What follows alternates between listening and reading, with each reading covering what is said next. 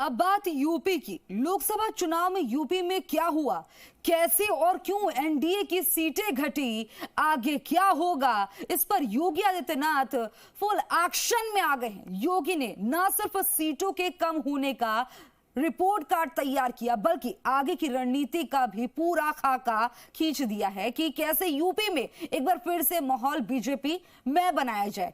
इस काम को अंजाम तक पहुंचाने के लिए आज कैबिनेट की बैठक में बहुत बड़ा फैसला भी हुआ है। इस रिपोर्ट में देखिए।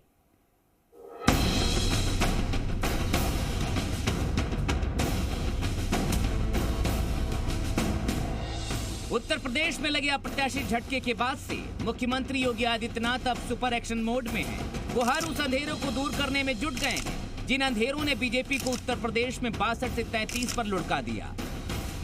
भारतीय जनता पार्टी की बड़ी आदत है, वो एक चुनाव से निकलकर दूसरे चुनाव की तैयारियों में जुट जाती है। राजनीतिक पंडित कह रहे हैं कि आम चुनाव परिणामों के बाद योगी आदित्यनाथ अब सीधे यूपी के आगामी 2027 के विधानसभा चुनाव की तैयारियों में जुट गए हैं। ये आज उन्हीं तैयारियों पर लखनऊ में हुई कैबिनेट की मीटिंग की तस्वीरें हैं, जिसमें 41 प्रस्ताव पास हुए। उन 41 प्रस्तावों में से मुख्य प्रस्तावों के बारे में हम आपको बताएं, उससे पहले आपको बताते हैं कि योगी आदित्यनाथ ने यूपी में दरक गए बीजेपी के किले को फिर से मजबूत करने के लिए किन किन रणनीतियों का खाका खींच दिया है। आज की मीटिंग से पहले कई बार हार पर मंथन हो चुका है, हार के कारणों की समीक्षा भी हो चुकी है।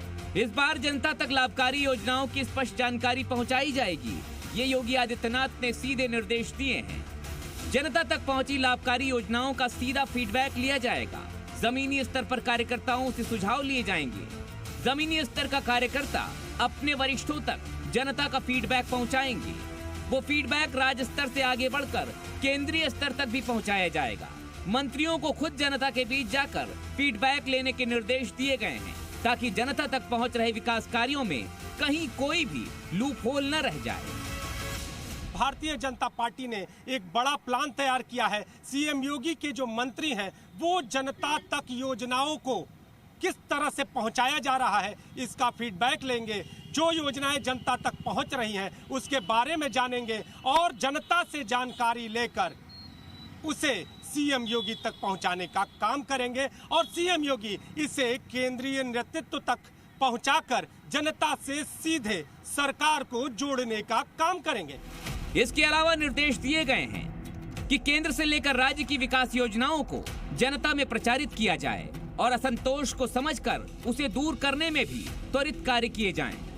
41 प्रस्ताव पास हुए हैं। एक एक विभाग को अपने एक्शन मोड में आना है और तमाम सारी योजनाओं को धरातल पे उतारने का काम। ऊर्जा विभाग के कई प्रस्ताव थे, हमारे पर्यटन का भी कई हेक्टर जमीन आज कैबिनेट ने हमको दी है, जिसको वहाँ के जाने वाले जो धार्मिक श्रद्धालु हैं, जो वहाँ के पर्यटक हैं, उनके लिए उसको डेवलप करके हम लोग तैयार करेंगे। तो योगी आदित्यनाथ फुल एक्शन में आ गए हैं। अधिकारियों को सीधे निर्देश जारी किए गए हैं कि किसी भी तरह की गलती बर्दाश्त नहीं की जाएगी। ब्यूरो रिपोर्ट, जी मीडिया।